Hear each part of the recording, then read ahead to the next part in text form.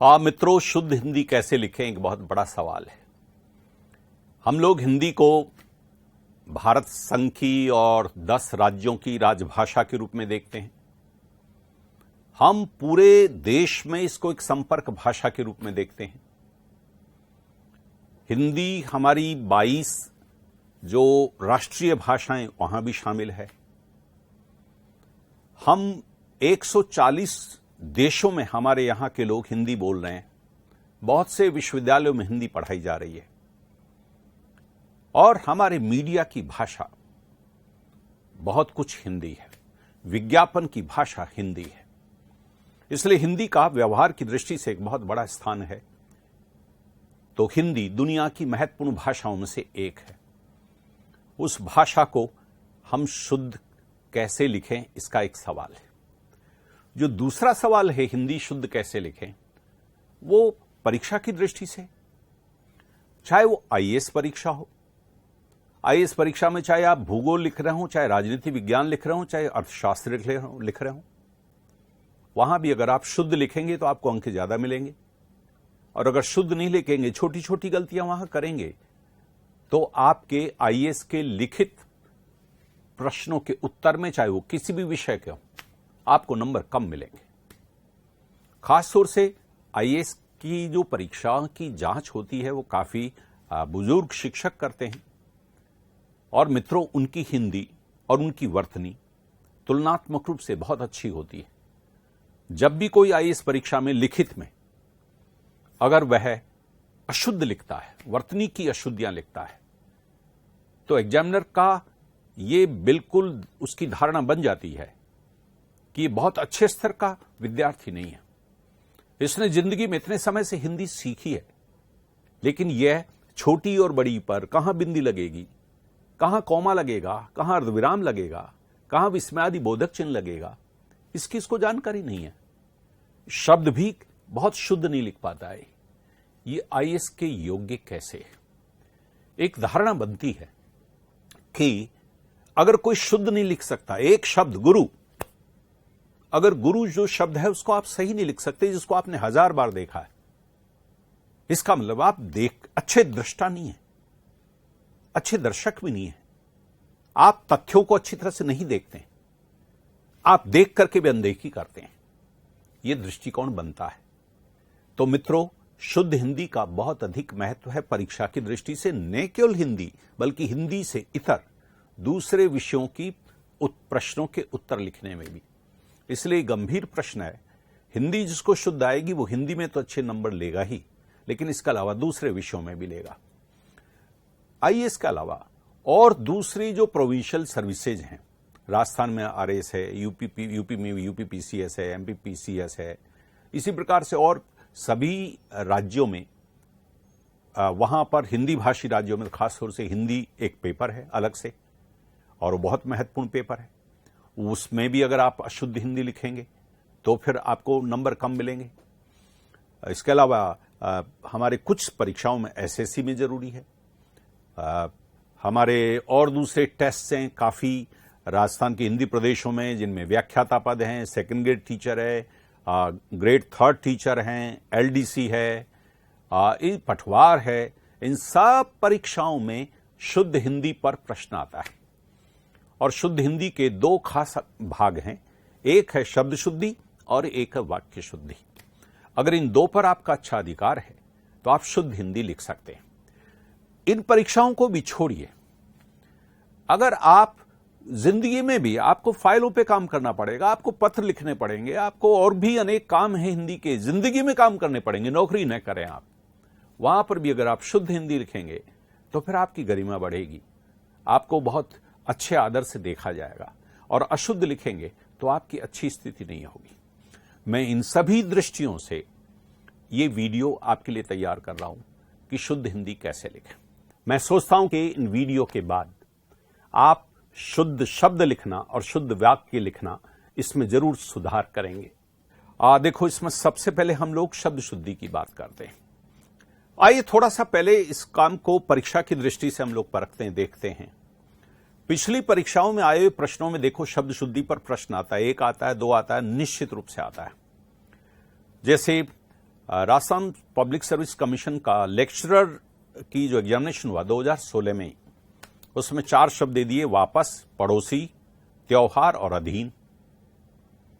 अब आप देखिए, इसमें हम लोगों को चारों ठीक ठाक लगते हैं, लेकिन आप देखिए त्योहार में हम लोग 2 मात्रा कर लेते हैं, बल्कि बिंदुओं लगा देते हैं, त्योहार बोल देते हैं, त्योहार। नो, ये शब्द अशुद्ध है और त्योहार है ये अशुद्ध है, 1 मात्रा लगेगी। इसी तरह से शुश्रूषा शब्द, सेवा शुश्रूषा, ये बहुत परीक्षा में पूछे जाने वाला बहुत शब्द है। सेवा करने को कहते हैं, बीमार आदमी की सेवा करने को भी कहते हैं। इसका जो सही रूप है ये है शुश्रूषा। देखो ये है हमारे 2 प्रकार के इसमें शय हैं। ये शय तालव्य शय है ही, और ये शय भी तालव्य शय ही है, लेकिन रै लगने पर ये ऐसे नहीं लिखा जा करके ऐसे लिखा जाता है, और ये हमारा मूर्धन्य शय है। ये तो रही शय की बात, लेकिन इसमें छोटा ऊ लगेगा और इसमें बड़ा ऊ लगेगा, और ये शब्द है शुश्रूषा, शुश्रूषा, और हमारा ये शब्द सही है। बहुत इंपॉर्टेंट है परीक्षा की दृष्टि से। अभी सिर्फ हम इस बात को देख रहे हैं कि किस प्रकार की शब्द शुद्धि में शब्द आते रहे, कैसे प्रश्न है। आप देखिए, ये हमारा अशुद्ध शब्द कौन सा है? अतिशयोक्ति। जी हां, आगे पढ़ेंगे हम, इन शब्दों को पढ़ने जा रहे हैं हम। अतिशयोक्ति बिल्कुल सही है। हम लोग गलती से कई बार अतिशयोक्ति आधा शय लिख देते हैं, अतिशयोक्ति ऐसे लिख देते हैं, अतिशयोक्ति बिल्कुल गलत। उच्छृंखल हमारा बिल्कुल सही है, उद और श्रृंखल की संधि होती है, और हम लोग गत्यावरोध को सही मान लेते हैं।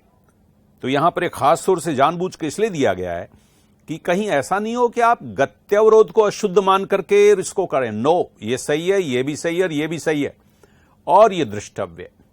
और इसमें दृष्टव्य में देखिए हमारा द्रि होना चाहिए, दृष्टव्य, उसी से दृष्टि बनती है। आगे चलिए, सही वर्तनी वाला शब्द कौन सा है? देखो, धनाढ्य, तो ये ढ आएगा मित्रों। धनाढ्य हम लोग बोलते हैं, धनाढ्य, ढ बोलने में दिक्कत होती है, इसलिए ड बोल के काम चला लेते हैं, लेकिन यह शुद्ध है। और ये प्रज्वलित, ये बिल्कुल सही शब्द है। अग्नि प्रज्वलित हुई, इसमें प्रत्यय है उपसर्ग, और ज्वलित, ज्वाला में इत प्रत्यय लगा के बना दिया ज्वलित, और ये प्रज्वलित सही है।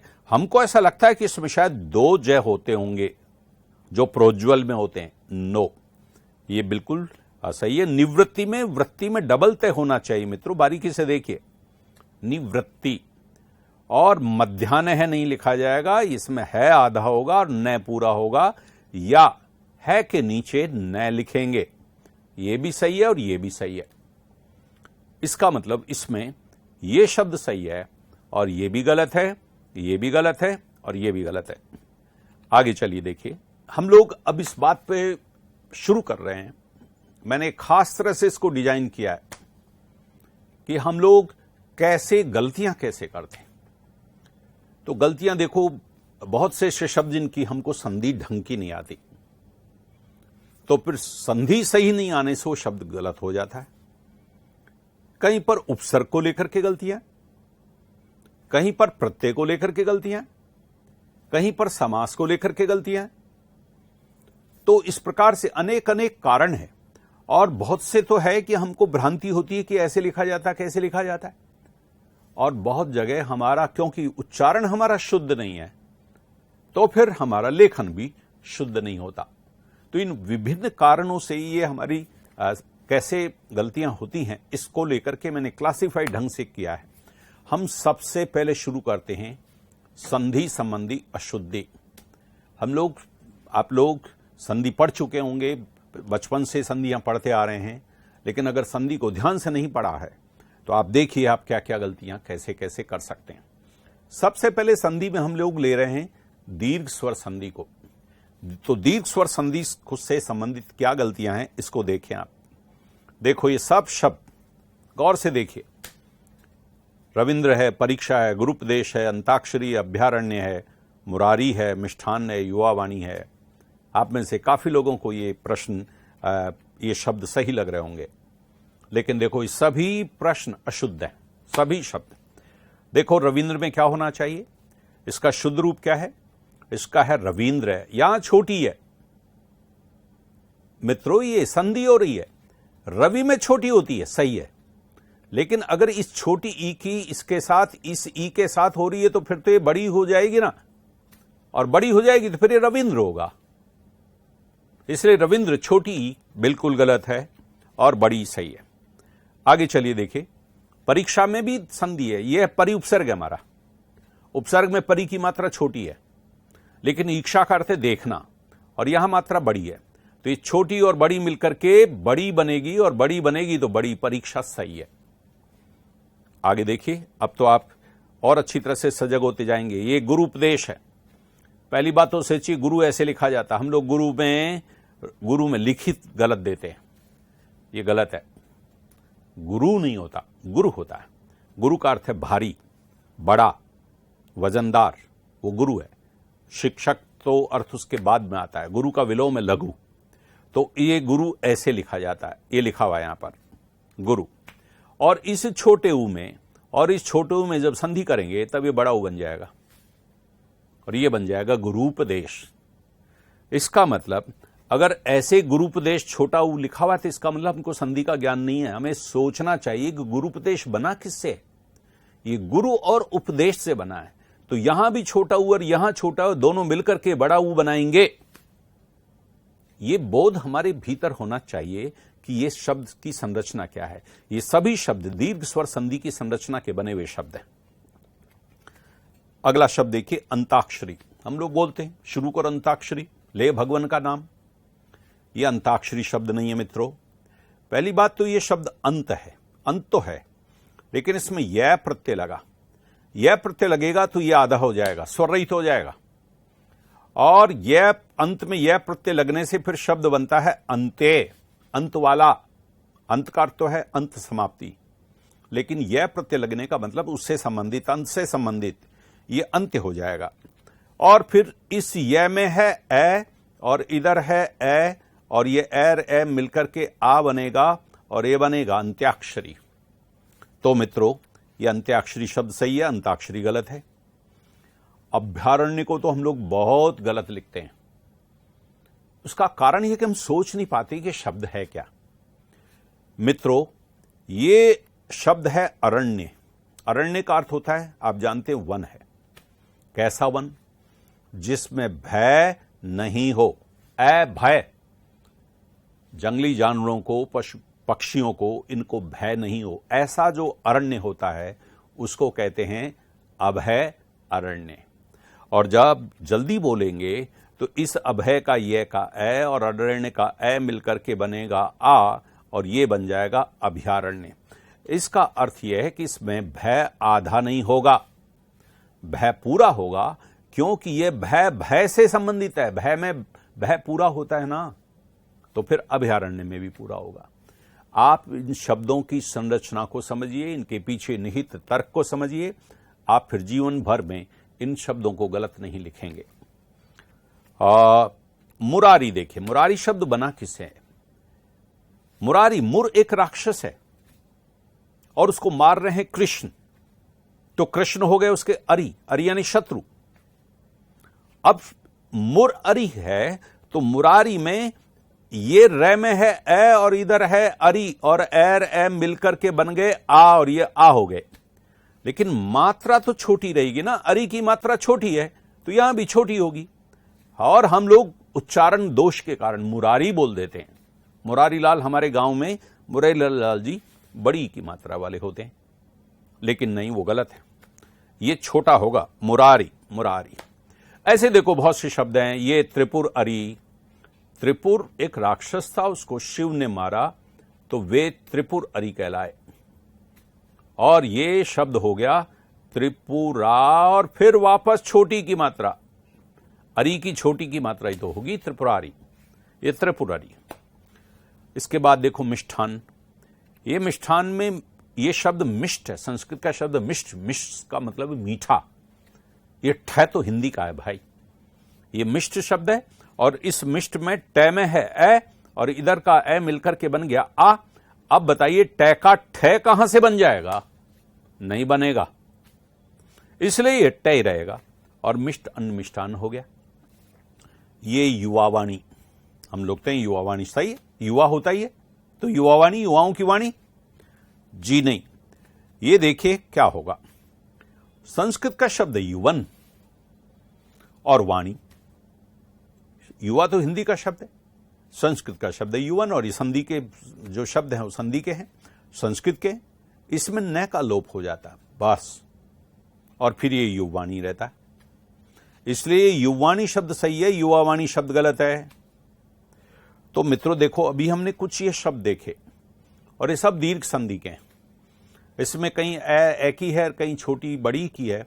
अगर इसका बोध हमको है तो फिर हम इनको सही ठीक कर जाएंगे, वरना हमारे पीछे पड़े रहेंगे। आगे चलते हैं, देखिए अभी दीर्घ संधि के और शब्द है। देखिए ये शब्द गीतांजलि, गीतावली, अभीष्ट, अधीन, हरिच्चा, प्रतीक्षा, मुनीन्द्र, कटुक्ति, लघुताम सब गलत हैं। अब आप इनकी संधि देखिएगा।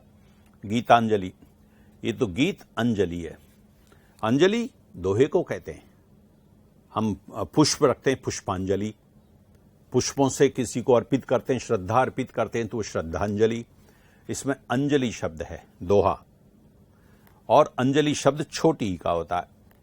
जब छोटी का होता तो ये बड़ी नहीं हो सकती। सब एक शब्द होता है अवली, दीपावली, वो अवली में बड़ी की मात्रा है, लेकिन अंजलि में छोटी की मात्रा है। तो देखो ये गीतांजलि में ये बड़ी की मात्रा गलत है और छोटी की मात्रा सही है। लेकिन देखिए गीतावली, इसमें अवली शब्द है। अवली यानी कतार, पंक्ति, गीतों की कतार, गीतों की पंक्ति, गीतों का समूह, और वो गीतावली शब्द है। तो यहां पर बड़ी की मात्रा सही है। अगर यहां गीतांजलि की तरह गीतावली छोटी कर देंगे तो गलत हो जाएगा। तो समझिए, अंजलि में छोटी की मात्रा होती है और अवली में बड़ी की मात्रा होती है। आगे देखिए अभीष्ट, ये छोटी और ये छोटी मिलके क्या बनेगा? ये बड़ी बन गई। इष्ट यानी प्रिय, अभी उपसर्ग है हमारा, उपसर्गों की मात्रा छोटी होती है, तो ये छोटी छोटी। अभी इष्ट का मतलब जो विशेष रूप से आपको प्रिय हो। आप कोई पद पाना चाहते हैं और वो पद आपने मेहनत करके और कंपटीशन दे करके प्राप्त कर लिया, इसका मतलब आपका अभीष्ट लक्ष्य पूरा हुआ। ऐसा लक्ष्य जो आपको बहुत प्रिय था, ये तो मिलना ही चाहिए। वो अभीष्ट शब्द का अर्थ है। और इसमें अभीष्ट में छोटी नहीं करेंगे, क्योंकि हम बोलते अभीष्ट नहीं बोलते, क्या बोलते? अभीष्ट। छोटी बोल देते हैं और फिर छोटी लिख देते हैं। आगे चलिए, ये देखो आधीन शब्द गलत है। दरअसल क्या है, हम स्वाधीन शब्द जानते हैं। स्वाधीन, भारत 15 अगस्त 1947 को स्वाधीन हुआ। स्वाधीन में हमको लगता है, हम आ बोलते हैं आधीन, हम सोचते होंगे स्व होगा और अधीन होता होगा। अधीन शब्द नहीं है मित्रों, यह अधीन है। और यह अधीन बना किससे? संधि का बोध होना चाहिए। अधि हमारा उपसर्ग है जो छोटी वाला है, और इन है तो छोटी और छोटी मिलकर के ये बड़ी बन गई। तो ये शब्द आधीन नहीं होकर के अधीन है। अब देखिए हरिच्छा, हरि इच्छा में सोचिए, हम जल्दी में तो बोल गए हरिच्छा, ये हरिच्छा नहीं है, यह है हरि इच्छा। इसमें हरि में तो छोटी की मात्रा, इच्छा की छोटी की मात्रा, और दोनों छोटी की मात्रा मिलकर के बड़ी की मात्रा बन गई, और ये हरि इच्छा हो गया। इसके बाद देखिए मुनीन्द्र, प्रतीक्षा में देखिए, हम सब छोटी बोलते प्रतीक्षा। मैं कब से प्रतीक्षा कर रहा हूं? प्रतीक्षा नहीं कर रहे आप प्रतीक्षा कर रहे हैं। और ये प्रति का उपसर्ग और बड़ी की मात्रा दोनों मिलकर के बड़ी हो गई, ये प्रतीक्षा है। हमारे उच्चारण भी अगर ठीक हो जाए तो हम ठीक तरह से लिख सकते हैं इनको। तो ये प्रतीक्षा कर रहे हैं साहब आप। ये मुनीन्द्र देखिए, मुनि छोटी की मात्रा, संत लोग होते हैं, मुनि लोग होते हैं जो बहुत मौन तपस्या करते हैं, उसी मुनि से बना है मौन, ऐ प्रत्यय से, तो ये मुनि है। और इसकी छोटी और इंद्र की छोटी मिलकर के बन गया बड़ी, और ये बनेगा मुनीन्द्र, ये बड़ी की मात्रा हो गई। अब देखिए कटु और उक्ति, ये कटु छोटा ऊ और ये उक्ति और छोटा ऊ मिलके क्या बनेगा? बड़ा बनेगा। हम बोलते हैं कटुक्ति, कटुक्ति नहीं है, कटुक्ति है। कटुक्ति कड़वी बात, कटु यानी कड़वा, उक्ति यानी कथन। उसने कटुक्ति कही, कड़वी बात कह दी, ये इसका अर्थ है। और ये देखो लघुत्तम तो हम लोग बहुत ही करते हैं। लघुत्तम में लघु समझने का मतलब है छोटा ऊ। छोटा ऊ तो सही है, लघु में छोटा ऊ होता है, ये छोटा ऊ है ना। लेकिन ये तो सोचिए कि लघुत्तम भी बना किससे? ये लघु से और उत्तम से बना, जो है तो छोटा लेकिन है बहुत अच्छा, लघु होते हुए भी जो उत्तम है। तो ये छोटाऊ और छोटाऊ मिलकर के बड़ाऊ बनेगा साहब। ये छोटाऊ सही नहीं है, ये संधि का बोध है। हमें इन शब्दों की संरचना को समझना चाहिए, और संरचना को समझेंगे तो ये संरचना हमारे सामने आएगी, और ये सामने आएगी तो दीर्घ संधि का बोध हमारे ऊपर होगा, और ऐसी स्थिति में एर ए हमारे आ बनेंगे। और लेकिन यहां शब्दों की ये छोटी होगी, ये बड़ी होगी, और ये सब बड़ी बड़ी बड़ी बड़ी बड़ी और बड़े ऊ होंगे। ये सोच हमारा होना चाहिए। आगे चलते मित्रों, आगे इसी प्रकार से अभी हमारे पास में दीर्घ संधि के और भी उदाहरण है। देखिए, वधुत्सव, वधुत्सव, लघुर्मी, अनुदित, बहुउद्देशीय, मृत्योपरांत। अब आप इनका देखिए, वधु उत्सव, ये किससे बना है शब्द? ये शब्द बना वधु से। वधु शब्द में पहले से ही बड़ा ऊ है, दीर्घ ऊ है। ये दीर्घ ऊ और उत्सव का छोटा ऊ और मिल गया, इसलिए ये छोटा ऊ तो किसी हालत में नहीं रह सकता, इसको बड़ा ऊ होना ही पड़ेगा, और ये बनेगा वधूत्सव। देखो, लघु छोटा है, लघु तो है छोटा।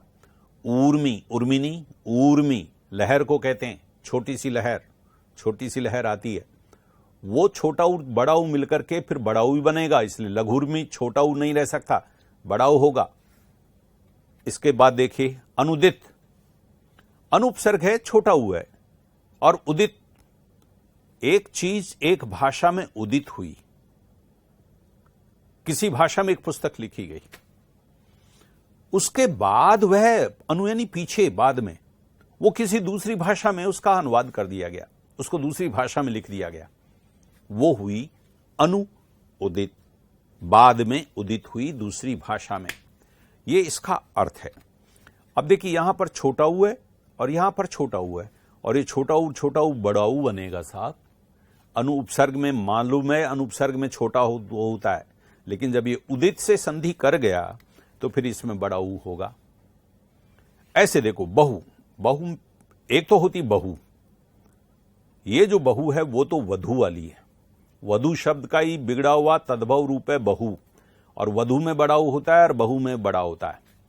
लेकिन यहां शब्द है दूसरा, बहु, बहु यानी बहुत, अनेक, बहुत सी योजनाएं बहुत से उद्देश्यों को लेकर के होती है। तो देखो, ये बहु और ये छोटा ऊ, और छोटा ऊ मिलकर के बनेंगे बहु। हम लोग बहुउद्देशीय बोलने के आदी नहीं है, हम लोग बोलते हैं बहुउद्देशीय, और उसमें छोटा ऊ लिख लेते हैं, और ये गलत है। अकेला तो बहु में छोटा है, वो सही है, लेकिन उद्देश्य के साथ जुड़ करके बड़ा होगा। अब देखो, ये मृत्योपरांत, ये ऊ और ओ के हमारे है गलत। मृत्यु में छोटा ऊ है, और उसके उपरांत किसी की मृत्यु हो जाने के बाद तो ये छोटा ऊ ओ कहां से बनेगा भाई? ये बनेगा बड़ा ऊ, इसलिए मृत्योपरांत नहीं, मृत्युपरांत होगा। अब ये मृत्योपरांत होगा कि मृत्युपरांत होगा, ये कैसे आप सही कर समझ सकेंगे? मृत्युपरांत होता किससे है? ये मृत्यु और उपरांत से होता है। मृत्यु में अंत में छोटा ऊ है, उपरांत में शुरू में छोटा ऊ है, छोटा ऊ मिलकर के बड़ा ऊ बनेगा। जब तक इस प्रकार शब्द की संरचना को नहीं समझेंगे, तब तक आप ये क्यों गलत है और ये क्यों सही है समझ नहीं पाएंगे। इसलिए मित्रों, मैं यहां रटवाने की दृष्टि से इन शुद्ध और अशुद्ध शब्द को नहीं कह रहा कि देखो भाई ये तो है अशुद्ध और ये इसका शुद्ध रूप है, लिख लीजिए, समझ लीजिए ना। ये समझने का और समझाने का तरीका नहीं है, ये रटवाने का तरीका है, और रटवाने में आप बिल्कुल गलती करेंगे। इसलिए मैंने इस पूरे शब्द शुद्धि के पूरे चैप्टर को उस तार्किक ढंग से विश्लेषण करने का प्रयत्न किया है, जिसके आधार पर आप व्याकरण की उन मूल चीजों को समझें और मूल चीजों के समझने में जहां गलती हुई है उस गलती को ठीक करें।